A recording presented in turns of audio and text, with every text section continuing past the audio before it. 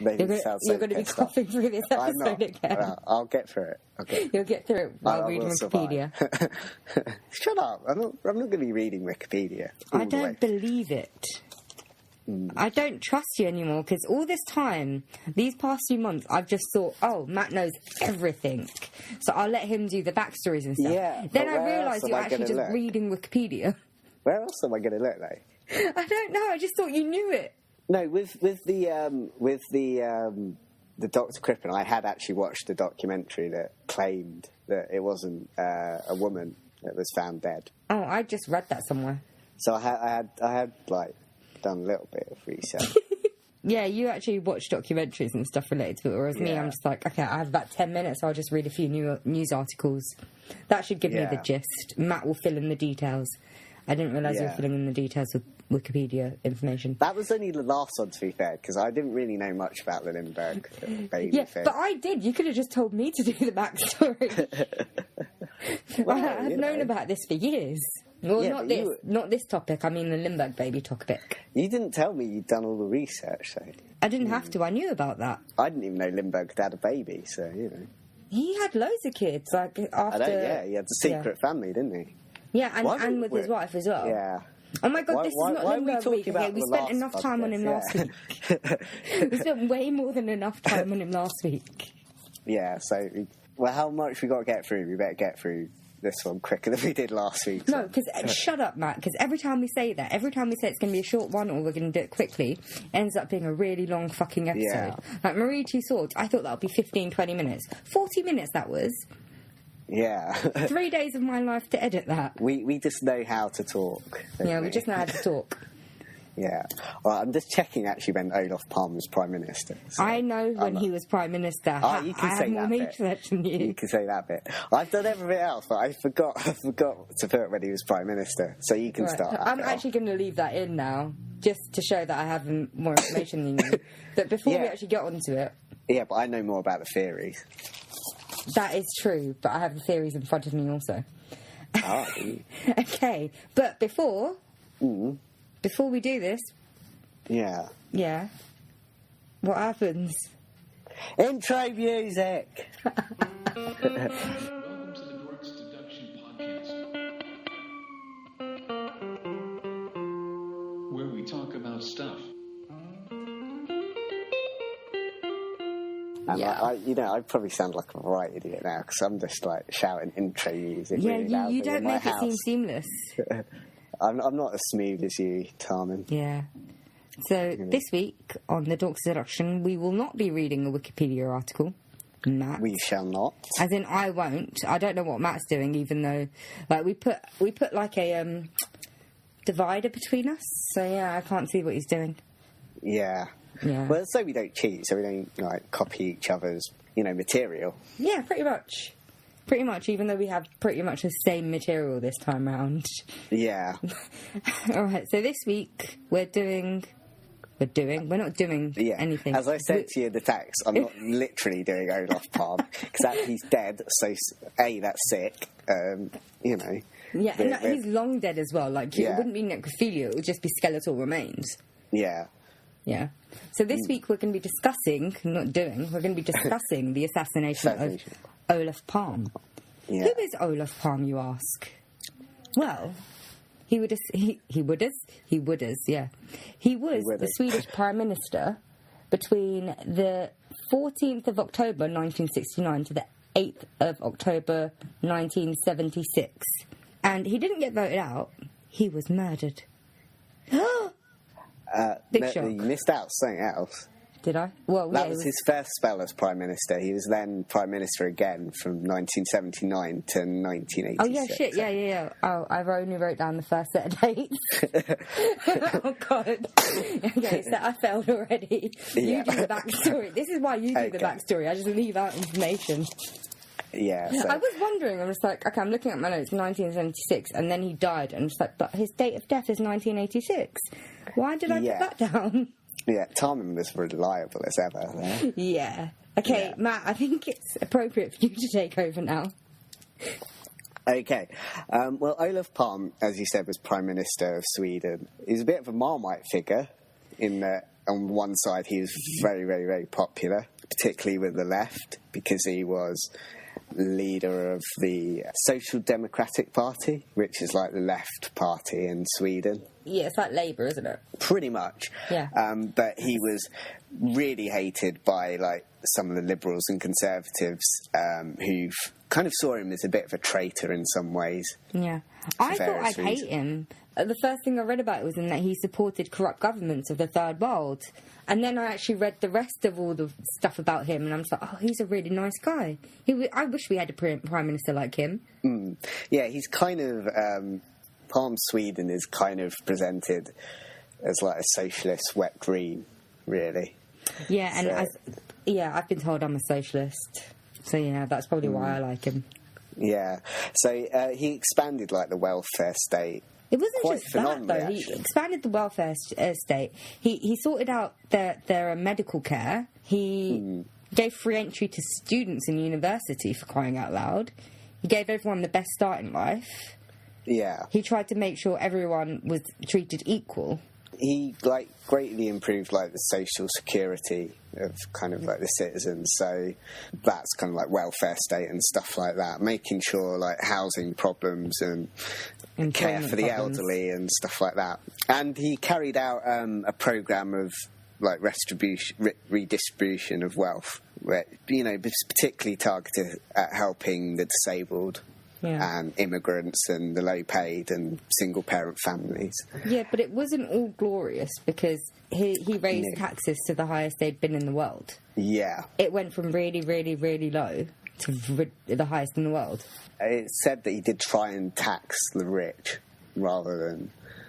You know, it was a bit... Because Sweden in like the early 80s, the economy was like declining. They needed quite drastic measures. But he tried... he tried to kind of make sure there was some like support for the low-paid and unemployed with like the welfare payments. But it did mean there was quite high taxes as well. So it's one of those... During any kind of like economic like trouble, you're never going to be the most popular. I guess if you get taxed too much and then your income ends up being low, you end up getting it topped off because of the welfare state that they had in Sweden. Yeah. So if you end up with low income purely because of taxes or whatever reason, you'd still get extra money from the government, the state. Yeah. I mean, so on the one hand, he's kind of very popular because of all these things that he did. Although some people will debate how successful he was in this, because like most places, Sweden's still kind of full of inequality and, you know, there's still problems. So, like inequality. He did try and level the playing field a great deal. Yeah, he did. So, this kind of, clearly this Marmite figure makes him quite a big target for some people. His debating style was quite abrupt, some people I think said. So he was someone who could like get on people's nerves. People who didn't agree with him didn't just not agree with him, they hated him in some ways. He also kind of, internationally, he was kind of quite a controversial figure. Yeah, because he said how it was. Yeah, he said everything. He didn't sugarcoat anything. Yeah, I mean, he's most notably known for, I think, for his opposition to apartheid. And this is going to become very important in one of the theories later on. Yes. As we said, you said like when you first read about him, he supported like corrupt governments. Yeah. But it was related to kind of like the Third World liberation movements, which was trying to like end decolonisation. Did I say that right? Colonisation. That sounds like so you do a colon. Yeah, that's like colonisation. I was just wondering where you were going with this. Yeah, it's not chronic irrigation or whatever it's called. Colonic irrigation. Yeah, that's the one. So but it was like with all those things, sometimes you're going to be supporting people who maybe are not the best people in the world to support, but sometimes it's the cause you're supporting rather than the actual people. It's the era of the Cold War, so you got to remember that relations between the US and the Soviet Union, you know, they're still quite on tenterhooks, and Sweden actually plays a bit more important role than you might imagine. You might think Sweden, it's maybe that's what not. I was surprised about. I was like, Sweden's like this I didn't think it was that powerful a country. It didn't make that much of an impact. And then I see all the stuff that he did. It's like, oh, wow. Yeah. Sweden officially took a position of, like, non-alignment, so it refused to support either superpower. And as a face, it kind of tried to put a kind of image that it didn't kind of have any involvement in that.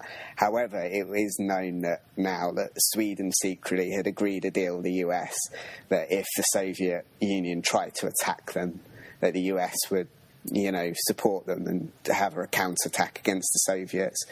So that's something I was surprised about, because he was pretty outspoken about the US.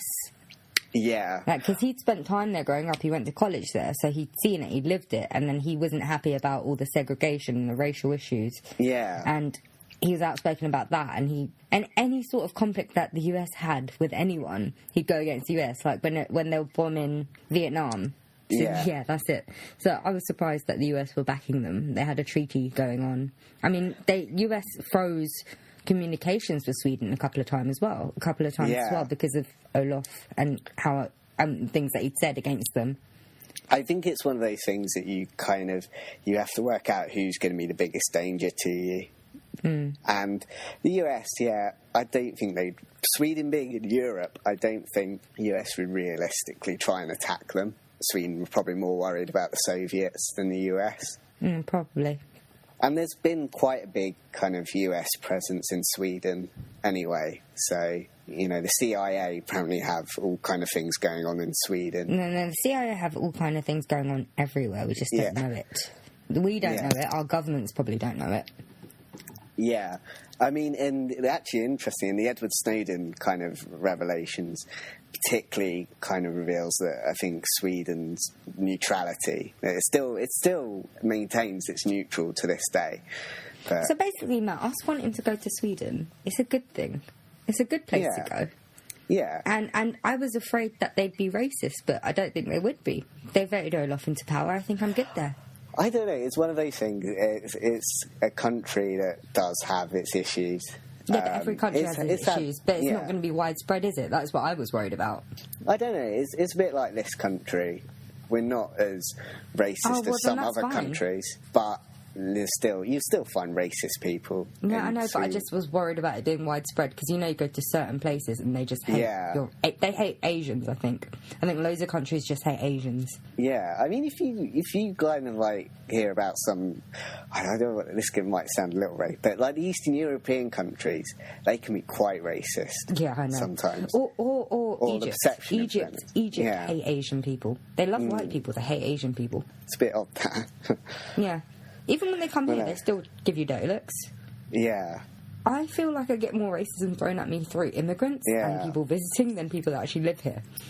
Yeah, I mean, I keep getting like dirty looks off this Syrian woman that I know. I think you do as well, don't you? Yeah. I wouldn't call her a woman, though. Okay, man. Man. So he was kind of... he also showed support for, like, Cuba and Castro, which is going to kind of annoy some people. He was also the first Western head of government to visit Cuba after its revolution. Yeah. And he praised, like, Cambodian revolutionaries, which now would be a bit controversial because I think Pol Pot was the Cambodian, wasn't he? He turned out to be quite a bad person. Okay. Right, so you better get on to kind of the assassination now, I suppose. I guess. Because we spent 17 minutes talking about him. You got anything else to add? Actually, no, we actually managed to cover all of that. I had like 3 pages of notes and we actually got through all of it. Yeah, basically mainly said he's kind of Marmite figure. Yeah, but we like him. Yeah, we kind of do. It's one of those things. You don't know what he's really like, I suppose. So, yeah, Olof Palme liked to see himself as a man of the people. It's a bit like Jeremy Corbyn, in a way. Yeah, he is quite down to earth. Like, he doesn't walk around with bodyguards all the time. He spends time with his family, just goes out.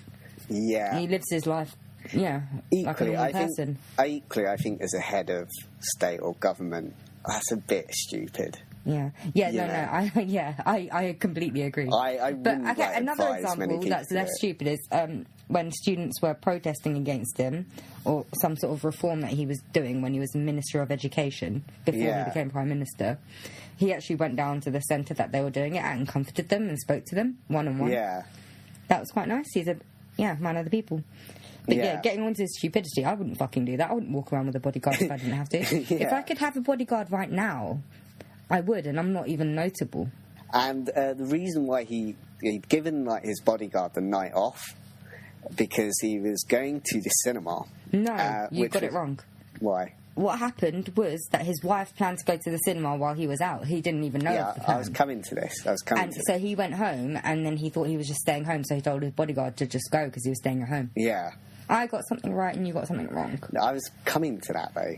Well, I was going to say the decision to go to cinema was quite short notice, so he couldn't call but he didn't the make the bodyguard decision. back. So he didn't know of the decision before he sent the bodyguard away. He talked over the decision with his son, though. Yeah, after he'd gone home and sent the bodyguard away. So the final decision to go to the cinema had been made too late by then.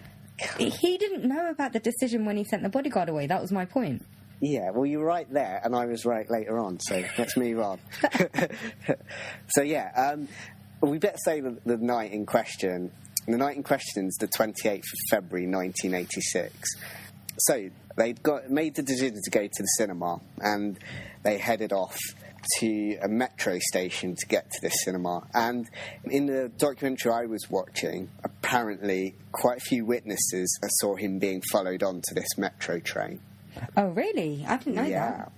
I'll come on to this kind of documentary later on, because it's one of the theories. Which documentary really was this? It's Olof Palme, The Murder Trail, or something like that. But it's really it's really interesting. I think that's the one I was sort of listening to yesterday, but I wasn't paying that much attention. It's on YouTube, isn't it? Yeah, it's really interesting. But I was reading some kind of the comments, and some people are saying it's maybe not that reliable. Yeah, because other things that I've read never actually mentioned them. Well, people spotting someone following them. Because he's the Prime Minister, of course he would have spotted someone if there was someone that obvious. Because he must have had training in this sort of stuff.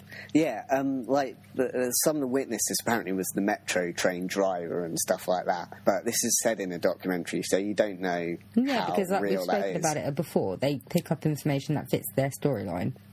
Also, the amount of people you get saying this so many years afterwards is kind of, Yeah, they don't even have a description of the attacker, because it turns out the witness that gave the description didn't actually see him. Yeah.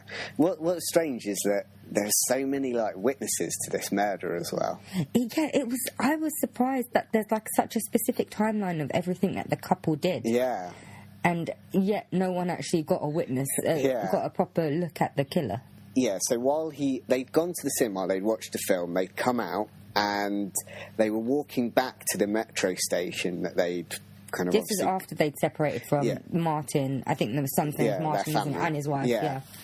Yeah. Then they're now not far from the metro station, and it's about 20 minutes past 11, or the precise time apparently is 21 minutes past, but it's round about that time. A shot was fired, and it hit Palme fatally in the back.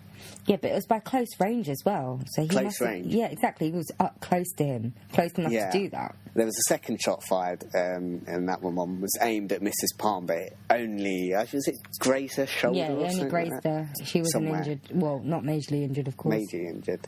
So the first alarm was reportedly by a taxi driver. Yeah, it was by the taxi driver, and then he radioed it in, and then a couple of girls that were sitting in a car tried to help the Prime Minister, which you would not get in England. Could you imagine if David Cameron got shot while he's walking home with his wife? Do you really think... Well, actually, no, it didn't even have to be David Cameron. Anyone. We'd sort of just go about our business. We try and ignore that it's happening. We'll pretend we don't hear the gunshot. Yeah. You'd walk away from it, not towards it. I think it's quite ironic. Our police in this country are called the pigs as well. I didn't say that. I might need them at some point. I didn't say that. No connection. He was rushed to hospital, but was pronounced dead on arrival. So, the documentary I was watching said he would have died instantly, but I'm not sure. They wouldn't have. No, he would. If he had died instantly, they wouldn't have taken him to the hospital in the ambulance. They would have just got a coroner and taken him to a morgue. Yeah, because that's a waste of hospital resources. Even if it is the Prime Minister, if he was dead instantly, they wouldn't have taken him to a hospital and pronounced him dead there. Yeah, apparently the ambulance that picked him up was just passing by, so that's kind of rather convenient.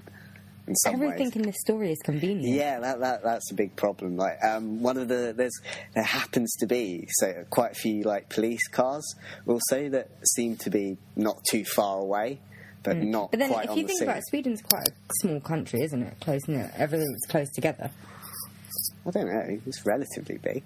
Their population is 9 million or something. Yeah, that's not that much. You get that much? Yeah, that's not that much. Yeah, I guess so. It looks quite big on the map, though. Yeah, but they must have rural areas where people don't go then. They've probably got some greenery that we haven't destroyed. Yeah, but the timeline's, like, really interesting because apparently there was an SOS emergency call made and an eyewitness said there'd been a murder on Sveagarden or something like that. And they tried, like, redirecting this to the police, but it never got through for some strange reason. So, but I'll discuss that one later on because that comes into a later theory. Yeah. There's all kinds of like there are so many theories, things going on here like that are weird. It's all quite confused because a taxi switchboard operator calls directly to the police dispatch centre around about 23 minutes past 11, and all it gives, all this taxi driver gave was. That someone had been shot. At this point, the police apparently don't know the Prime Minister's been shot. Yeah, because the taxi driver might not have noticed. It was a dark night. Yeah. And what if he's not, like, savvy on the news? He might not recognise him. He might just think, oh, that guy looks like the Prime Minister. Yeah. So, yeah. But then, a minute later, the police dispatch centre is contacted by the SOS Alarm Central concerning the shooting. But the dispatch centre denies any knowledge that something's happened, even though a minute earlier or so they'd got a call saying that someone had been shot. So that's been considered a bit unusual, or just incompetent police work or dispatch work, whatever. Yeah, but we'll come on to why this could be important later on. Right. Now, the bullets from the gun are the only forensic leads left by the assassin. It feels, what you're saying feels quite Wikipedia-y. Yeah, where else am I going to get that from? Okay, carry on. But that's in the documentary as well. Oh, okay. The bullets because only... they probably ripped their script off Wikipedia too. Well, no, it's fact. Okay. It's the only forensic leads left. Yeah, that's true. It's like the 3.5... I don't even know anything about the guns, but 3.57 Magnum revolver. Well, it's a Smith Wesson, apparently. No, it's a Winchester Weston. Really? Where did you hear that? I read it somewhere, I think, and I wrote it down. I'm pretty sure it was a Winchester Weston. No, Smith & Wesson 357. Oh, okay, maybe I wrote the wrong thing down. I've got Winchester Weston 357. So, obviously, a lot of importance is attached to these bullets because they're literally the only thing that confirms that they were murdered in any way. Well, were shot, at least. So, yeah, the bullets match, like, the lead fragments that are found in kind of the clothing of Olof and his wife. But from the bullets, they think that the handgun was actually really quite large. So it got me thinking, are there any, like, what are the gun control laws in Sweden? Are people allowed to carry? I think so, because there's a lot of, like, gun clubs, apparently, in Sweden. Oh, okay. So I think a lot of people... Because I was saying, if it was a large handgun in a place like England, where you're not allowed to have guns, unless you're, like, certain, departments of the police, it'll be a bit weird. But then again, even if there are, like, guns, having someone carrying around a large one is quite odd. You'd expect, like, a handgun that you'd slot somewhere and it's tiny, but not a big one. Yeah, well, apparently the investigators think it is a handgun, but it's a large one. That's what I said. The barrel's like 4 inches. That's what I said. Well, yeah, I didn't but you said it wasn't a handgun. No, I said you're small. I said you'd expect people to carry around a small handgun, not a large one, like the one that they think it is. Stop contradicting me when I'm saying them right. I'm saying it right for once. Leave me alone. So yeah, revolvers don't leave like spent casings as well, so they couldn't carry out any like ballistic examinations of the scene. So there's no like way like the murder weapon can be traced so easily. Because you could probably, if there was, you could probably pick up a fingerprint off that from loading the gun. Yeah, but also you'd be able to more like realistically be able to tell what the gun is, I guess. Yeah, that's true. As well. But the fingerprint, I think, would be more helpful, Matthew, if they were in the system. Yeah, but where are you going to find a fingerprint? From the actual bullet, the casing, because you have to load it into the gun. Suppose. That's the point. Right. Do you want to get on to theories? Because we're going to need to soon anyway, I think. Yeah, we probably should. Should we actually... Because what happened with the Lindbergh one is we went on to theories before we actually told them who got arrested. Yeah. That's so let's say I who put this got one arrested first. Right. Christopher Pettersson, or Pettersson. I'm not sure when I first read this, I thought it was R. Christopher. As in R. Chris from the podcast. Yeah. And I was like, Christopher? Is that who he's named after? His psycho killer ancestor? That would make so much sense. He's been up to quite a lot of things, so it wouldn't surprise me if he secretly assassinated Olof Palme, even though he claims to have been born a few years later. Yeah, he claims to have been born in 91. He's a liar. Yeah, we know it's him, really. Right, he's so far... He comes from the planet that your mum comes from. They don't age. My mum? Yeah. She doesn't age, well, she Yeah, hasn't. remember, Stendak. Yeah. Gee, what's that noise? I think that's a car. Bloody loud car. So Christopher Pettersson remains so far the only person to have been arrested and faced trial for the murder. But despite being convicted, he was acquitted. It's also important to add that he was arrested and faced trial 3 years later. So this is some time after the actual assassination. No, it was 2 years later. It was 1989, wasn't it? No, it was 88. Was it? So he was convicted in 1988. Are you sure? Mm-hmm. I'm sure it was 1989. No, well, I calculated it. Where I read it, it said it was 2 years after the murder, so I calculated it as 1988. He was actually convicted, not just arrested. He was convicted. Yeah, he was convicted, but he was acquitted. He was acquitted the following year, so he was acquitted in 1989. Year. Right, there we go then. Aren't you happy that I'm around to correct you this episode? You seem to be getting a lot of stuff wrong. Fuck off. Yeah. So he was acquitted for 3 reasons in particular. The fact that the murder weapon had never been found, in particular, was quite damning to the case. What motive did he have? There was never a clear motive for him to kill. Yeah, but the thing about him was he actually has been arrested because he killed a man before and he didn't have a motive then. Yeah. So he just got done for manslaughter in the end. Yeah. There's also Mrs. Palme identified him in a lineup, but her reliability has been questioned. Yeah, but I've seen a picture of him. He's just a guy with a moustache. Sure, his eyes are a little bit wild, but he doesn't look like there's nothing specific about him. Also, there was accusations against the police about the lineup. I can actually find out what the accusations were, but that was just referred to. But yeah, there's quite a lot of accusations of police incompetence in this, particularly to do with Christopher Pettersson. So, further evidence has come out regarding Christopher Pettersson, but it's mainly from other petty criminals who their stories just change all the time. And from him himself. Yeah, he confessed to the murder. And then he says that he's a social democrat. I don't think he did it. I think he just ends up admitting it just to keep the story alive, because that was his income, doing talk shows and interviews about this. That was his income. Because he got $50,000 off the state as compensation, but then he blew through that really fast. Also, he came a bit of a cult figure as well. So he had a kind of reputation almost to kind of maintain, I guess, in some ways. But other than that, his motives for doing the murder still remain. Like I said, I don't think he needs a motive. He didn't have a motive the last time when he killed an innocent man. So, but the problem with his confession is that a confession alone is not enough for the prosecutors to really reopen the case. No, because if that was enough, 130 people confessed to this. If that was the case, if a confession was enough, then it would have been closed a long time ago. Also, there's a problem, there's still no, information connecting him to the murder weapon. His confessions rarely detail like the murder weapon, like what was the murder weapon, where did he leave it, or unless he anything didn't actually know anything about guns like me. You could hand me a gun, I'm not going to be able to tell you what it is. I could use the gun, I still wouldn't be able to tell you what it is. So that's possible. Yeah, but there is something linking him to the actual gun. The police were tracking all the guns that went missing of that same make, and they managed to find 10 in that year that had been stolen. No. There were 10 that year that had been stolen, and they'd managed to track down 9 of them. There was one outstanding, and a drug dealer called Sigvard Cedergren claimed that he actually lent it to Krista 2 months before the murder. Yeah.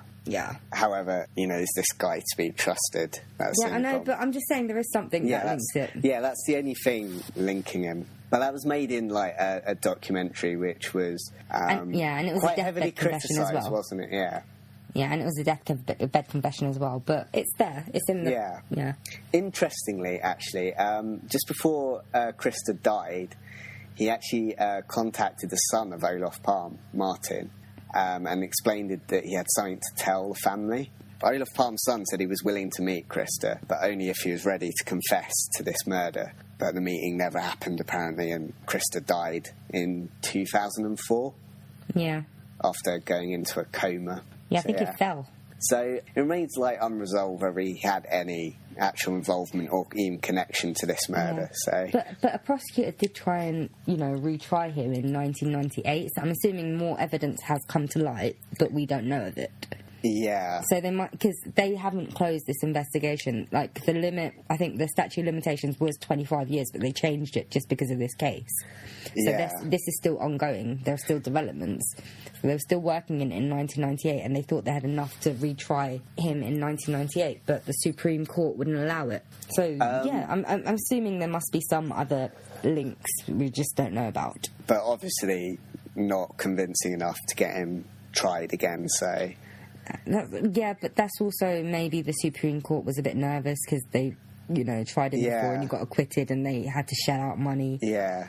You don't want to go through that again. Exactly. That kind of hits your credibility, yeah. Exactly. But it's not like the only theory of like a lone killer in some ways, because there was another one called Victor Gunnarsson. In terms of like a lone killer, he's perhaps a little bit more convincing, maybe, than Krista Pettersson, because he did actually have connections with right-wing groups or extremist groups. Is that the PPK group thing? No, that's to do with Kurds. Am I thinking of a different one? Oh no. Yeah, that's Kurds. Yeah. I get it. Yeah. I mixed them two up. I'm looking now. There was hostile-like material found against Palme in his apartment or something like that, or his house. He'd had connections with like the European Workers' Party, but his the credibility of him being the murderer is kind of like the witnesses don't recall seeing him around, so that kind of there's and when he got arrested, he got released almost straight away. So obviously, not even the police thought it was worth it to detain him, because they're allowed to detain him for a certain amount of time, but they didn't bother. From what I was reading, there was some kind of argument between either the police who were arresting him or the prosecutors, because I don't think the prosecutors believed that there was enough evidence. Yeah, but the police are still... I don't actually know, it's Sweden, so it might be different, but I'm sure even in Sweden the police are allowed to hold them for a certain amount of time before they actually charge them. But, so they could have held him in for longer for questioning, or while they searched his premises or anything, but they didn't bother. But so he turned out to be not reliable, but like a lot of the people who were at one point accused, some acquaintance of him years later said he confessed to the murder, but that's not... I wouldn't believe that. Like in 50 years, I'm going to come out and say, yeah, Chris confessed to the murder of Anthony. It doesn't mean much. I mean, he did it, but no one's going to believe me. No one's just going to believe you in general. Thanks. I didn't mean that. Right, if you say so. So, I mean, we've got lone killers here. One of the reasons why lone killer could be kind of believable is that in 2003, a politician was actually murdered by just a lone killer in some department store as well, of all places. She didn't have bodyguards either, and killer had managed to get away pretty much without getting caught on the day. He was only caught like 2 weeks later. So that may be possibly kind of the lone killer might sound a bit convenient. I put because I don't see why a lone killer couldn't have done it. Yeah, because I think everyone's like desperate to kind of see like a political kind of connection to the murder. Sometimes it's not. Maybe it's just a random killing. Yeah. Sometimes like these lone killers, they just see a politician and think, oh, I can kill them.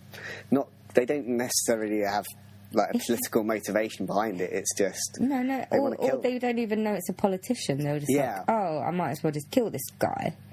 Yeah, well, that's one of the things about Christer Pettersson was that apparently one of the theories was that he mistook Olof Palme for some drug dealer. He's drug dealer. I thought it was a bit kind of. You wouldn't usually mistake your prime minister for a drug dealer. Like I've done that before. If you see someone famous and then you're just like, nah, what are they doing here? It's probably someone that just looks like them, and then they leave and it's like, oh no, that was actually him, wasn't it? It's like, oh, okay. So I've done that because you don't expect to see them there, so you don't think it's someone famous or someone notable. You just think it's someone that looks like them, and only thinks in afterwards who it is. Yeah. So are you convinced about the lone killer theory, or is you just? I don't know. I'm just going to throw it out there. I don't know, and at the end of the episode, I still won't know. Yeah, but I think it could be like a reliable theory. I don't. Yeah, I think it's just as possible as all the others. Yeah. Right. Should we move on to some of the more political ones now? All of the more political ones, well, might as well. We'll start with PKK first because that links into the South African thing. So Hans Holmer, who was the Stockholm Police Commissioner at the time. And by the way, ladies and gentlemen, we will be reading bits from Wikipedia now. No, I knew that bit, actually. Did you memorise it from Wikipedia? Because you said it word for word. I'm looking at it right now. Oh, yeah. Oh. He was kind of weird. He kind of almost like self-appointed himself to investigate this. How can you do that? Well, he is the police commissioner. I guess he's the head of the police. He had some he was friends with some quite influential people in the Social Democratic Party, so it meant he could kind of get away with it, I suppose, in a way. But yeah, he's kind of almost like self-appointed himself in a way. He would go on to become quite a controversial figure in the investigation, though, because he received a tip-off, reportedly by someone called Bertil Weiden. I don't know how you... I think. Yeah, Weiden. We're going to butcher so many names. I think I already have. Yeah, I'm not too good on the Swedish pronunciations. Even though you love the Swedes. Yeah, I do, but I just haven't got that far yet in pronouncing them. Bertil Weiden's going to become quite an interesting figure because he's accused of being the murderer himself, actually. Hans Holmer received a tip-off from, I don't know if it's directly from Bertil Weiden, but he'd received like some kind of tip-off that it was the PKK, which we know as the Kurdistan Workers' Party. Can't remember Kurdistan. Yeah, Kurdistan. Yeah. Kurdistan's a country, isn't it? Is it? Yes, it is. Yeah. It's a country near Turkey. Yeah, that's going to come important later. Hans Holmer, he just investigated this lead, and he was quite single-minded about it. He just went for this kind of link, and he ordered a lot of, a number of search warrants were issued to follow the activities of lots of Kurds that were living in Sweden at the time. Which wasn't racist at all. No. So they targeted, anyone who they thought might have had any kind of link to the PKK. And even a lot of them were actually arrested. It wasn't just following them and... Yeah, which I know he's the police commissioner, but how does he have... You can't do that. You need to go through courts to arrest people. You need to go through the prosecutor's office to arrest people. Yeah, this would end up being kind of one of the reasons why he had to resign, because his methods, he literally, even right to the end, just before he resigned, was still trying to order arrests and stuff like that, even though this was not really in line with how the law was meant to work. So his methods were criticised by the prosecutors, and it's important to add any arrest, any investigation into this PKK link, there was never any evidence that the PKK had done it at all. So no, because why would they? Yeah, I mean, what's the link? What they work for is rights for, like, equal rights for Kurdish people. Yeah. Wouldn't they have been supporting someone like Palme, who wanted equal rights for all races and religions and gender? They should be worshipping a man like that, not assassinating him. Yeah. Also, I mean, because I know the PKK were involved in, like, some kind of fight with the Turkish at that point. I think they're always involved in some kind of fight with the Turkish. But I don't get what link Sweden had with either Turkey or Kurdistan. So yeah, I know. So I got confused when looking at that, and I'm just like, why? There's no tenable link. Is it just because of one tip-off? He became a police commissioner. At some point, he must have been good. Did you not recognise that he was doing shoddy police work? As I said, he had links with people high up in the SDP. A lot of incompetent people can get their way up to the top through just knowing people. So, like one of the reasons why this PKK link is not very good is that apparently, and this is according to some Swedish newspaper, this Bertil Whedon fed the link to the Turkish media, who you've got to remember are against the PKK at this time. Yeah. So he was trying to drum up in the Turkish media that the PKK were behind the assassination. And this is apparently one of the reasons why the investigation just went so full throttle into, like, the PKK kind of link. Media pressure. Should add that Bertil Whedon denies that he had any part in promoting this link. Which he would, because he's seen what happened to the police commissioner. Yeah, but also he denies it because he denies diverting the police attention away from South African leads. Which we shall come on to now, shall we, I think? Yes, we shall. Yeah. We've talked a bit about the relationship between Olof Palme and South Africa. Yeah. And it's in one way one of the quite definitive things about his tenure, I suppose, in a way, is his relationship with a lot of, like, the anti-apartheid groups. Obviously, Olof Palme's stance on apartheid made him kind of a lot of enemies with those connected to the apartheid regime. And yeah, but Olof Palme can't have been the only one that was outspoken about the apartheid, because, come on, the apartheid was barbaric, and this was like the 70s, 80s. I mean, even America was against it. Yeah, well, yeah. They don't even... No, when did they outlaw segregation? It wasn't actually that long before that. It was only a few decades. Yeah. You know when America's kind of acting as, team police, that, you've done something wrong. So, yeah, because apartheid was so... Everyone was against it, and so there's economic sanctions against the apartheid. Do we have to explain what an apartheid is to the listeners, just in case they don't know? Or should we assume they know? Do you want to? Go on, I don't know. Like, are they stupid enough to not know what it is? No, let's not. Otherwise, we could go into. If you don't know what it is, stop listening. Yeah, if you don't stop, just get lost. If you don't know what apartheid is, you don't deserve to be listening to us. Yeah, even I know what it is, and I'm really shit at both geography and history. Yeah. Like, the only thing I do know about is murder. Yeah, that's movies. Your special interest. Movies and TV and murder. Yeah, they're my interests. So that yeah, okay. Right, where am I? Because my notes are a bit jumbled up here. Mine too.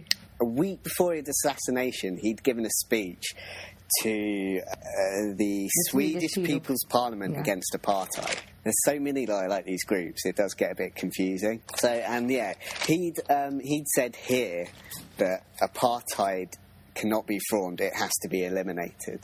So obviously, cannot be reformed; it has to be eliminated. Obviously, that's going to be quite provocative to people who like apartheid. And it's also important to add a lot of officials from the ANC, which is the African National Council, I think? Yes, it is. And Sweden were also secretly giving payments to the ANC. African National Congress, not Council. Oh, that's the one. Yeah. So this was like a meeting of like the big players in the anti-apartheid movement. And there's one very important person in the South African link, and that's Craig Williamson. And Craig Williamson's a South African major. I think he was in like the police or something like that. He was a spy.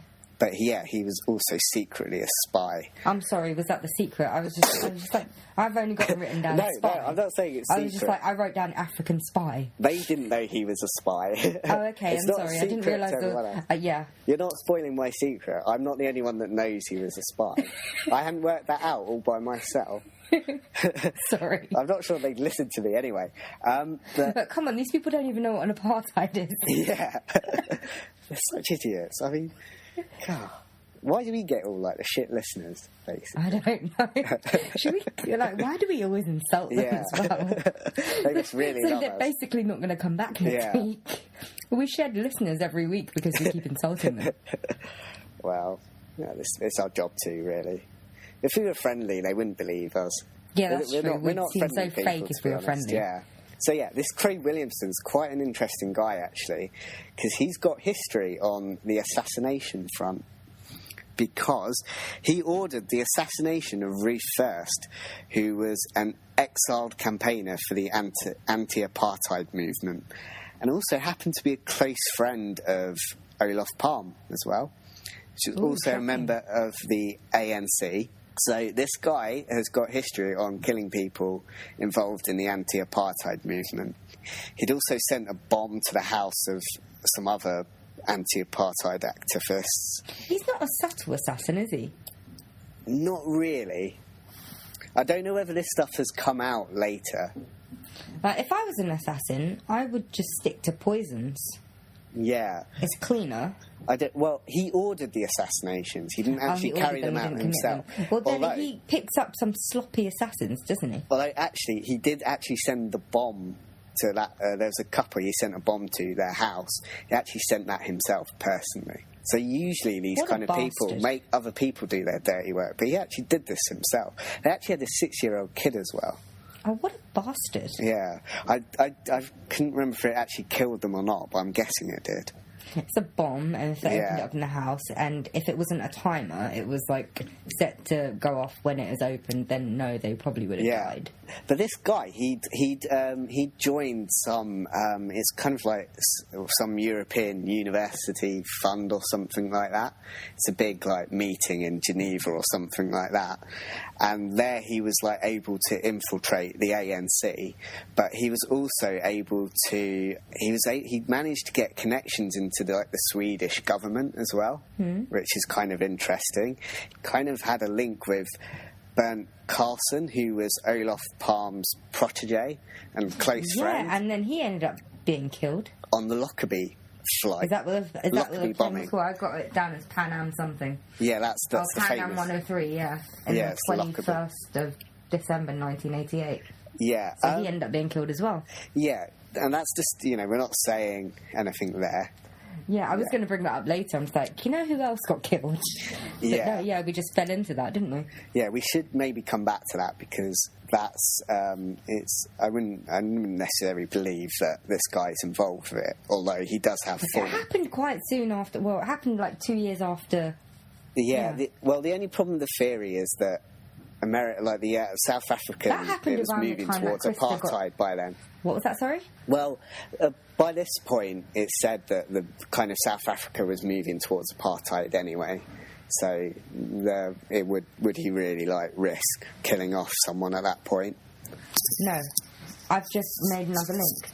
This was around the time that Krista got arrested. Yeah. What if there's a link between that? Krista getting arrested, they wanted to off that guy to shut him up. It doesn't have to be Christopher. Yeah, it's Christopher Craig Williamson. Yeah, it someone else. Yeah. Oh, bam! The protege knew about it. I love how I love how we read about theories, but then we come up with our own instead. We don't support any.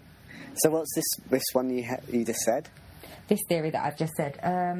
What's his name? Bernd Carlson. Yeah. The bomb went off on the plane. Yeah. It was around the same time that Krista got arrested. Yeah. So what if they arrested Krista? And Bernd knew about the assassination. He knew information regarding it. And to keep him quiet, let that conviction go through. They offed Bernd. Yeah. I still don't know who actually did it. But that's another theory. I love how we just come up with our own. Yeah, and then obviously the Lockerbie bombing, that's always just been passed on to, like, is it either Iran or is it Libya's, like, the official explanation? It was some, like, Libyan bomber that blew it up. But South Africa was never looked into.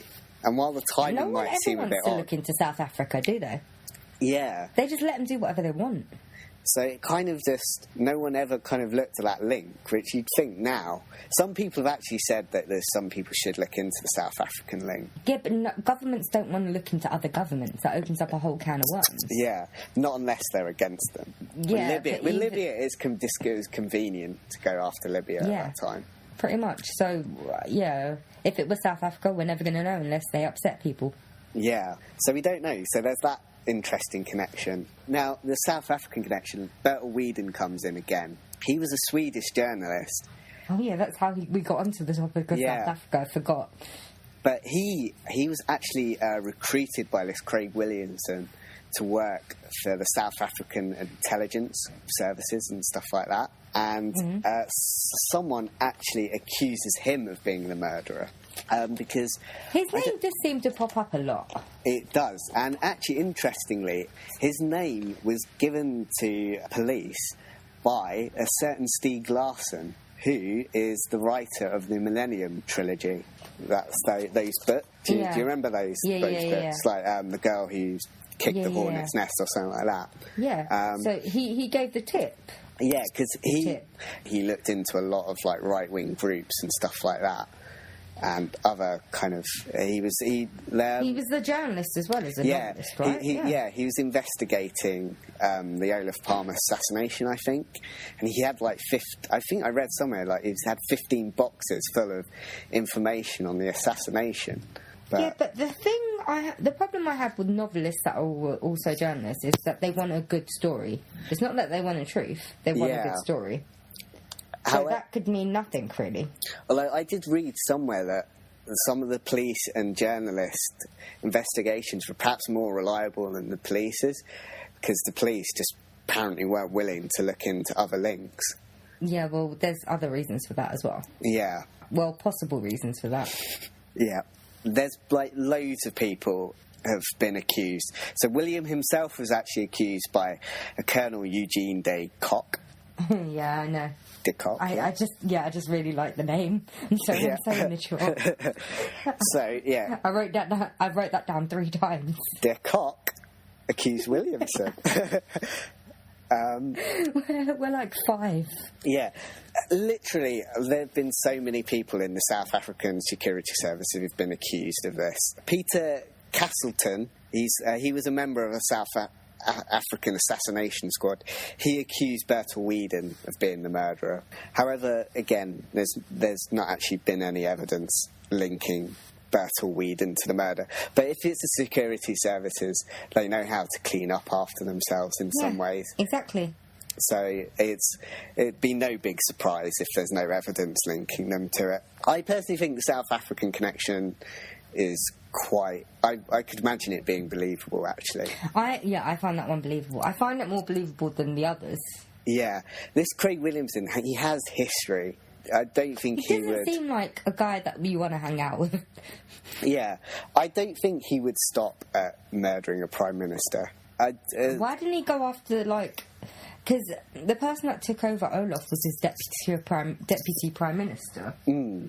And he ended up holding office until 1991, and then again 1994 to 1996. I'm assuming because he was the deputy prime minister, he'd hold the same ideologies as Olof. Not necessarily. So why did no one go for him? Not necessarily. There was differences, I think, within the party. So not everyone was always on, like, the same sheet. And I think some like prime ministers take a more diplomatic approach to these kind of things. They'll be critical, but maybe not quite as forcefully as Olof Palme was. Some people see, like, the benefit of maybe being a diplomatic, because it means you can keep relations a bit more better then. Fair enough. That's the way I view it. So that's the South African link, and I would probably rate it as one of the more top ones of being believable. Yeah, me too. Yeah, and Bertil Whedon, and he's Swedish himself, and he reported he didn't like Palme much either, so Whether it'd be him, I don't know or not. I think he's involved somehow. Because his name just comes up too much. Yeah. I wouldn't surprise me. Someone else accused him of ordering Bertil Whedon of ordering it. Yeah, I don't know what involvement he had, but I'm pretty sure he'd had some sort of involvement. Is he still alive? Yeah, he is. Okay, so maybe we could have a deathbed confession from him at some point. Craig Williamson's still alive as well. It kind of shocks me that this is so recent. Also, none of these people are in prison, even though they've been... Because both Craig Williamson... Of course not, they did it for the government. Yeah, both Craig Williamson and Bertil Whedon, they all had previous. They've been involved in a bombing that happened in London, actually. How many Nazis escaped prison, Matt? Please tell me. Exactly. Yeah. So many people not get justice. There was only like a real smaller number that didn't get. Well, we don't know. Come on, one is too many. The major Nazis in general didn't get away with it. One Nazi escaping is too many. Yeah, I agree. You didn't get to try to trap me into saying that it's not, aren't you? I see what you're doing. That was an example. Yeah. So basically, these guys are all free. They'll probably never admit to it, but... They'll never admit to it. They'll never get punished for it. They'll get to live their life, even though they've taken away so many other people's. Yeah. They were racist as well, so that doesn't make it much better. Yeah, they seem like the worst kind of people. Yeah. They were racist murderers. Yeah, like this Craig Williamson, he said, I admire who people... No, basically they are like Nazis. In a way, yeah, pretty much. Okay. Yeah. And that's not even us joking, by the way. I know listeners might get confused. We weren't even joking about that when we're being serious. Yeah. So, coming on to right-wing kind of things, neo-Nazis, that's another theory. Which is why Matt picked this topic. No, I didn't actually. I didn't know about this, actually. You picked it because it was Swedish and it was Nazis. I picked it merely because I care. I don't like seeing Swedish people being assassinated. And I'm sure people will believe that. You just like seeing assassinations. No, I think it's interesting. It's kind of Cold War shit and stuff like that. Kind of Cold War shit. Yeah, so right, let's get on to this right-wing thing then. But the video I was watching was... The theory is that the police in that time in Sweden, a lot of the police, the connection between, the police and the politicians was quite close, apparently. So half the police were, social democrats, so they had those kind of leanings. But there was also a kind of right-wing presence within the police. And this right-wing kind of presence tended to kind of make itself known in, groups. So there was a particular group within the police known as the Baseball League, apparently. According to this documentary, it's called the Baseball League. I should have paid more attention to this documentary. Yeah. And basically the idea is that a lot of right-wing police officers were involved in, I think, because there's a theory that there was a load of people with walkie-talkies following the movements of Olof Palme. This is going back to these witnesses who saw people following Olof Palme off on the train and off. Yeah, which I don't believe.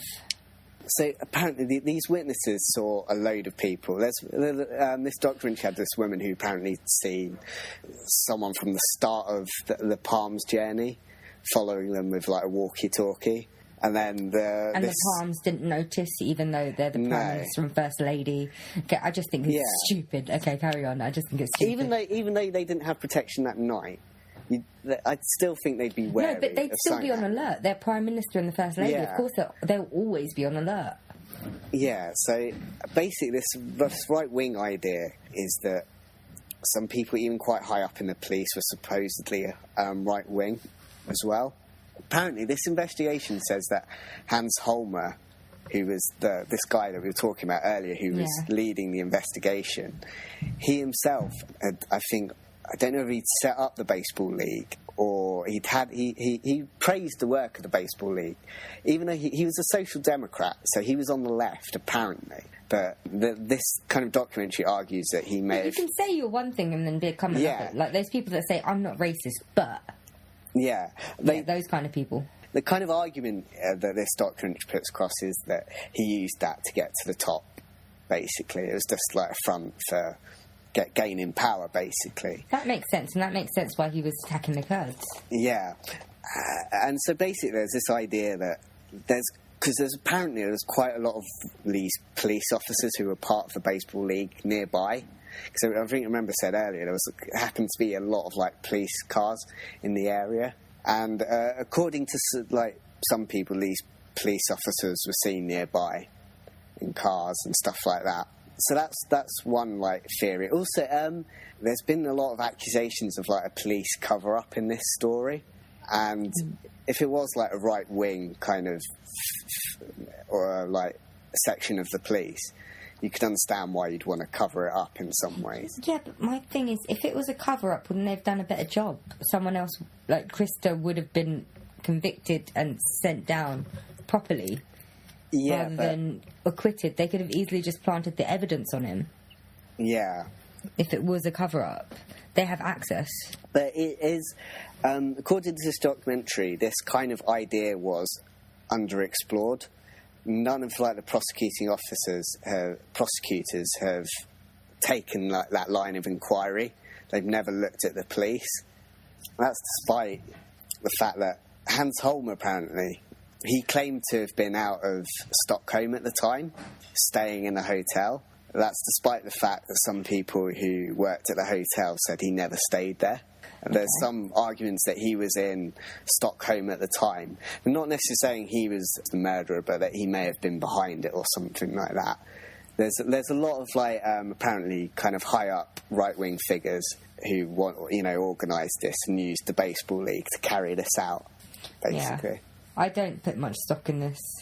Yeah, I do think it is a bit underexplored though, because I just think if it was a police cover-up, they would have done a better job. I'd hope that they would have done a better job, and the case would have been closed ages ago, rather than be sitting here open. Still, they haven't been like investigated, so you could argue that could be a success for them if it is them. Well, not really, because this case will never be closed. Yeah. No, a success for them is pinning it on someone else. If it was like a police cover-up, that means it was organised, so you have to have a fall guy. Well, yeah, I mean, if they put this guy as a fall guy, that obviously didn't work too well. Yeah, but they could have... No, because they didn't do anything. They could have planted the gun on him. They had the gun. Yeah. Someone must have shot him with a gun. True. And the guy, all they had to do was plant the gun on him. The guy had already murdered people. He had like substance abuse issues. No one would believe a word he would say if he denied it. Yeah. If it was a cover-up, they would have done a better job. Either that or they're complete idiots. Yeah. And if this was an organised murder, an organised hit, you can't be an idiot to do that. Yeah. So, some people just, I think it's convenient that... some people just want conspiracy theories. No, some people just think it's convenient that the police, like some of the like mistakes they made, I think some people think it's convenient to think it could have been a cover-up. I'm not necessarily... Yeah, people make mistakes though. That's just the fact of life, is everyone makes mistakes. I mean, it's unfortunate, and it's unfortunate in this case because it was the Prime Minister, but it happens. Yeah. You can't just assume someone's, got ulterior motives just because they make one mistake. Yeah. I mean... Like, if you were allergic to, I don't know, like kiwis, and then I accidentally gave you a fruit salad that had kiwis in it, doesn't necessarily mean I meant to kill you. That just means I forgot that you were allergic to kiwis where I didn't know. Ah, nice analogy there, Tom. Yeah. I like fruit salad. The prosecutor in this case, there's one who's I think at the time of the documentary, the current prosecutor refused to even consider a police kind of conspiracy kind of theory. He, like you said, because that would put into question any conviction that he's made. Because the police arrest him, they gather the evidence, the prosecutor makes the case. Yeah. If there was police corruption, that would call into question any convict that was convicted. But it's kind of like his reasons as well for not investigating with the police was that we have a great democracy and an efficient police force. That's. But then again, if they were investigating police, they're not going to send out a press release. They could have investigated. We don't know. We've said it before, the public don't always get told everything that's going on. And there's a reason for that. They're not going to send out a press release, we're investigating the police, because the police would actually cover their fucking tracks better. Yeah. Although, actually, the Sapo, which is the Swedish, security people, services.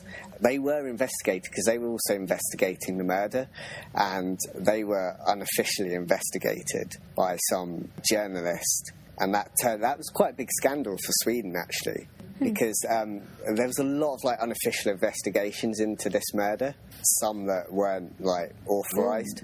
Yeah, well, he was the Prime Minister. Yeah. And everyone wants to be the one that figures out who killed the Prime Minister. Yeah. So that link, you don't like it. No. I'm unsure of it, personally.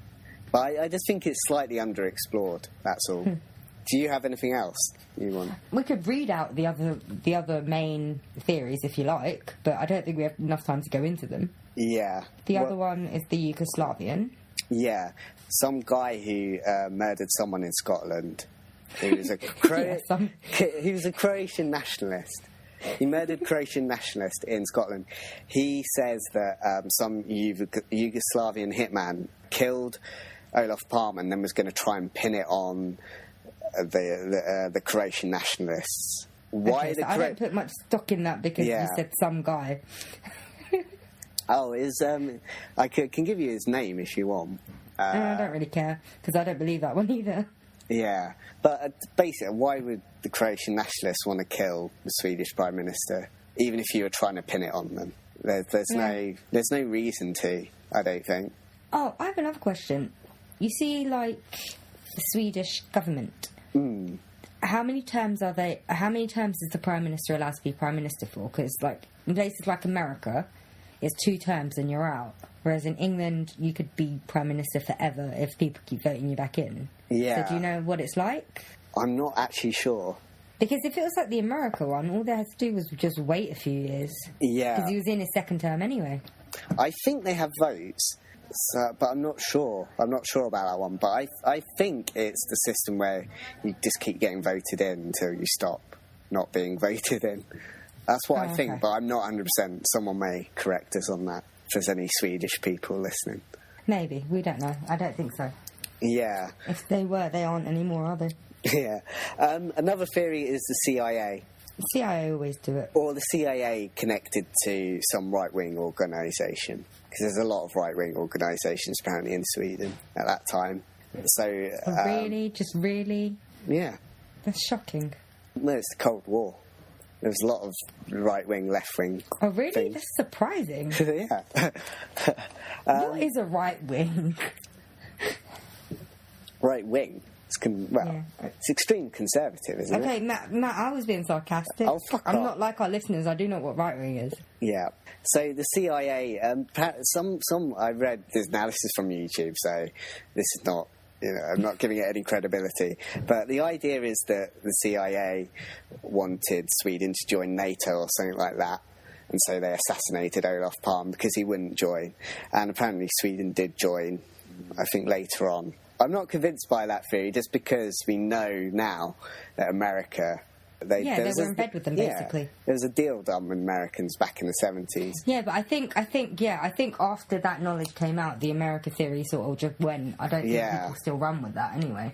Yeah, well, the conspiracy theorists of today still do, because they're just willing to believe that CIA or America will do... No, just conspiracy theorists just want a conspiracy. It's just some of them always happen to be the CIA. It could be anything. Yeah, because you never know what the CIA is up to, and they never release their records. Whereas, like, you've got England, they do release their records, they just release it like 50 years, 100 years after the fact. Yeah. So... Which I never knew about until, like, recently, which I think is cool. So in 100 years, we're going to figure out what they've been doing while we're alive. Only what they want to tell you. If they really don't want to tell you, they won't tell you. Oh, yeah, they can put a proper clap on it. They could put it on an indefinite thing on it, but... Yeah. We'll know some things, which is more than the CIA would tell you. Yeah. So that's another theory. Is there any other theories you want to put in? Not really, because I don't find any of them believable. Other than the South African one, which I can see some merit in, but... Yeah. Yeah, the apartheid you know what? one. Yeah. It's also convenient. I like the idea of, it was a random killing and the person didn't even know that he was the Prime Minister, and then he woke up the next day and he was like, oh shit, the guy I killed was the Prime Minister. Yeah. I'm fucked. Yeah. Because it's so random. Like, it was a random schedule. Like, and I think they actually walked a different route as well. They took a different route. They got off a stop early and walked, so that switches it up a little bit. And yeah, it's unexpected. The Prime Minister didn't even know he was going out until 8 o'clock that evening. Yeah.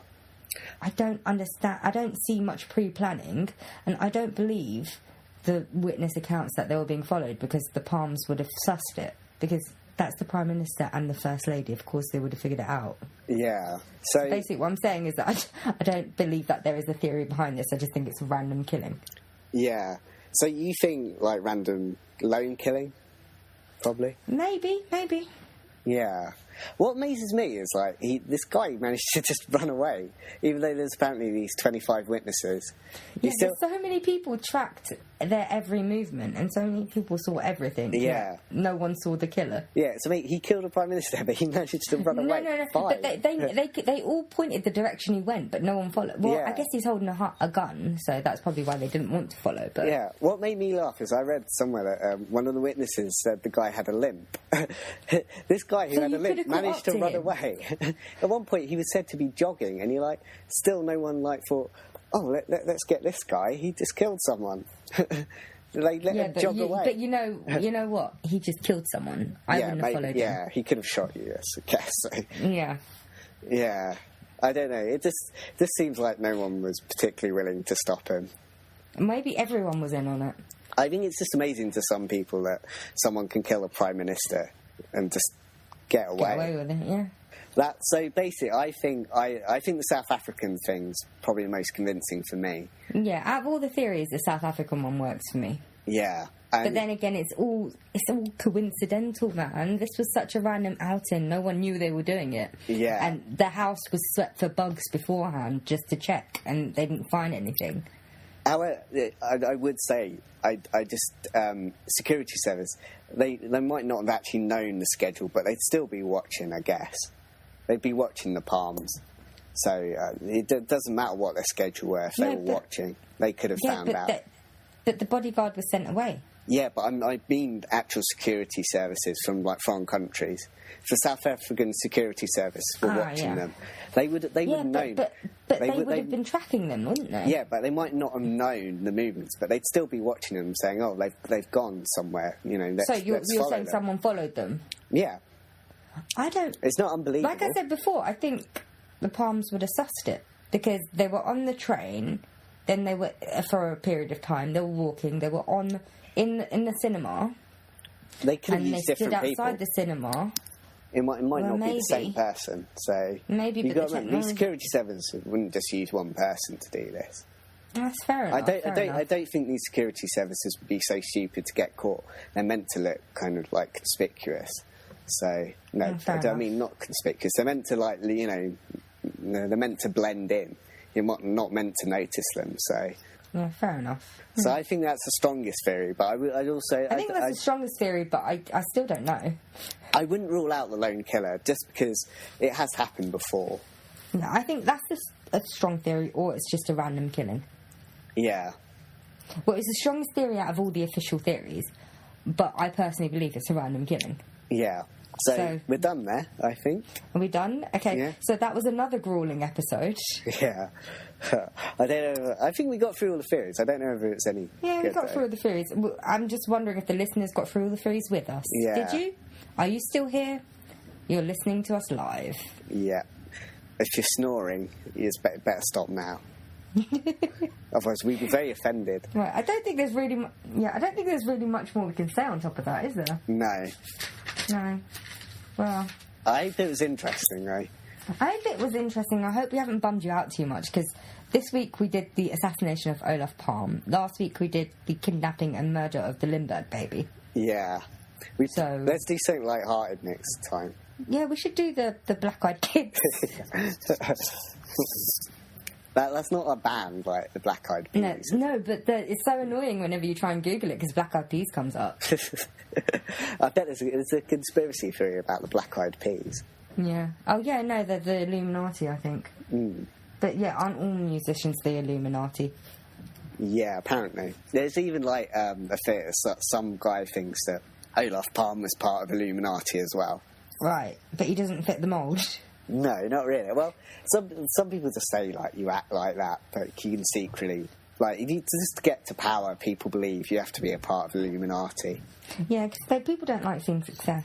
Yeah. Right, we better go soon, because I'm going to cough to death. Yeah, there's not really much... I think we can say goodbye now. There's not really much else we can add on top of that. But you can look into all the other theories. We only just mentioned a few. You can look into...